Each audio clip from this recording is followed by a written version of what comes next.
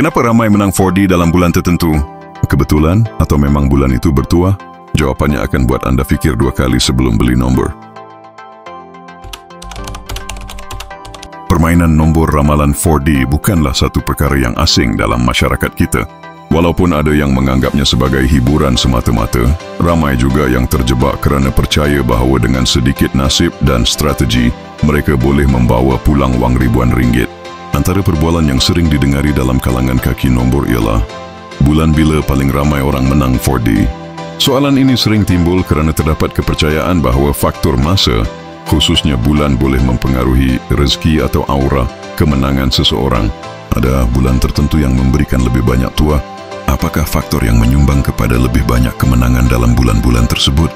Dalam video kali ini, kita akan mengupas secara menyeluruh tentang fenomena ini, iaitu dari sudut statistik tidak rasmi, pemerhatian kaki nombor, kaitan budaya, dan faktor-faktor lain yang dipercayai memainkan peranan dalam penentuan bulan tuah ini. Kita akan lihat juga beberapa kisah sebenar dan teori metafizik yang menjadikan sesetengah bulan begitu istimewa dalam kalangan pemain nombor.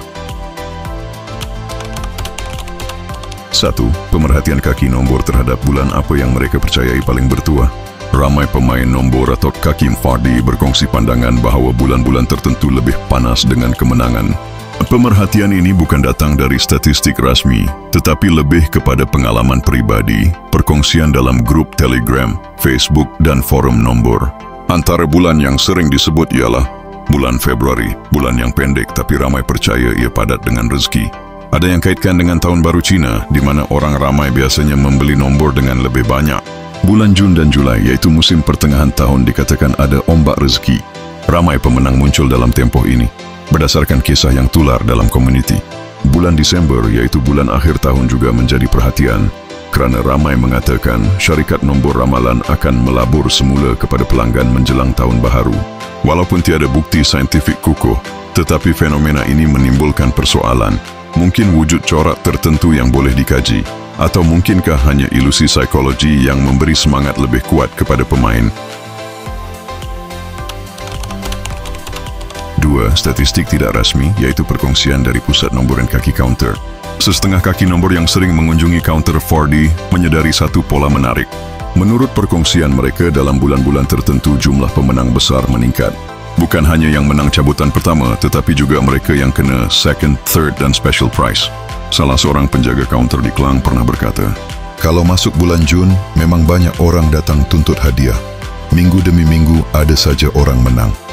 Walaupun ini bukan data rasmi, namun perkongsian seperti ini menjadi panduan kepada pemain lain untuk membuat keputusan bila mahu bertaruh lebih banyak dan bila mahu cuti. Beberapa platform juga mendakwa mereka telah menganalisis nombor pemenang yang paling kerap naik mengikut bulan. Misalnya, nombor yang berkaitan dengan tarikh kemerdekaan sering naik pada bulan Ogos. Nombor berkaitan dengan tahun baru Cina selalu naik sekitar Januari. Nombor bertemakan hari jadi dan angka bertuah naik pada bulan tertentu. 3. Faktor budaya dan perayaan, pengaruh emosi dan tenaga positif.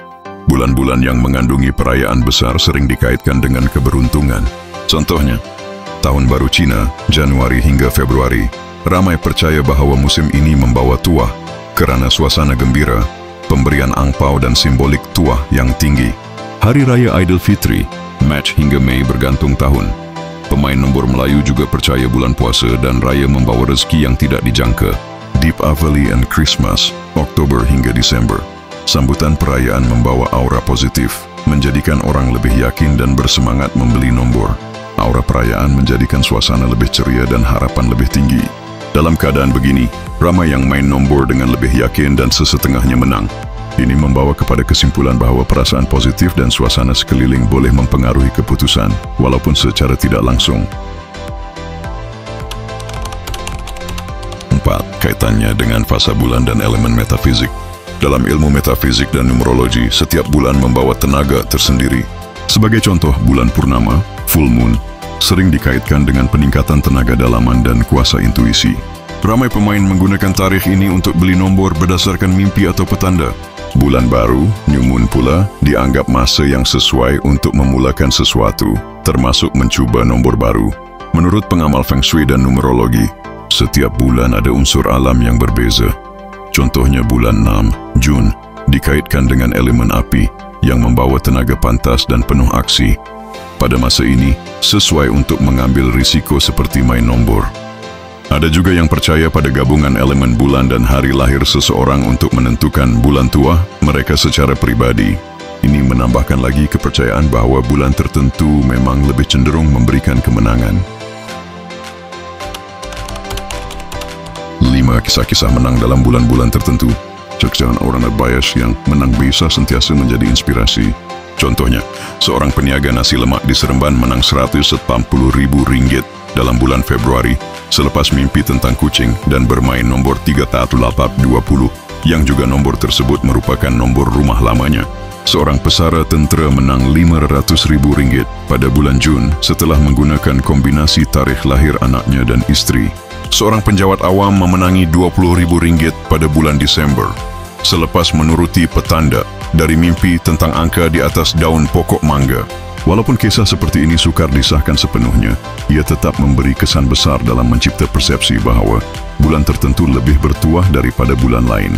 Tambahan pula, ramai berkongsi kisah mereka di media sosial menjadikan tren bulan bertuah semakin dipercayai. 6. Strategi pemain main lebih pada bulan tertentu.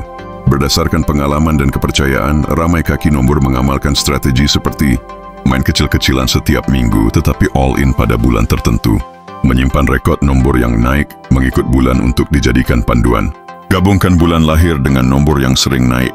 Contohnya, seorang pemain bernama Zainal berkata, "Saya hanya main serius masa bulan Julai dan Desember. Itu 2 bulan yang paling banyak saya menang. Tak banyak, tapi cukup buat saya percaya ada bulan tua." Ada juga yang hanya membeli nombor pada minggu pertama setiap bulan dengan alasan peluang lebih cerah bila permulaan baru. Kesimpulan, adakah bulan paling bertuah itu wujud?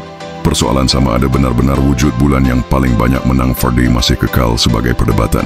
Dari sudut logik, keputusan cabutan adalah rawak. Namun dari sudut pemerhatian dan pengalaman, memang terdapat bulan-bulan yang lebih bernasib baik. Menurut ramai pemain, antara bulan yang sering disebut sebagai paling banyak menang adalah bulan Februari, diyakini kerana sambutan Tahun Baru Cina dan aura tuah yang tinggi. Bulan Jun dan Julai pula adalah kerana dikaitkan dengan musim pertengahan tahun dan cuaca panas yang kononnya membawa panas rezeki. Bulan Desember iaitu bulan penutup tahun yang ramai percaya membawa rezeki terakhir sebelum masuk tahun baharu. Akhirnya, sama ada bulan tertentu benar-benar membawa tuah atau tidak terpulang kepada kepercayaan dan pengalaman masing-masing.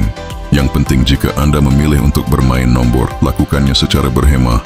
Jangan sampai terbeban hutang demi mencari kemenangan yang belum tentu muncul.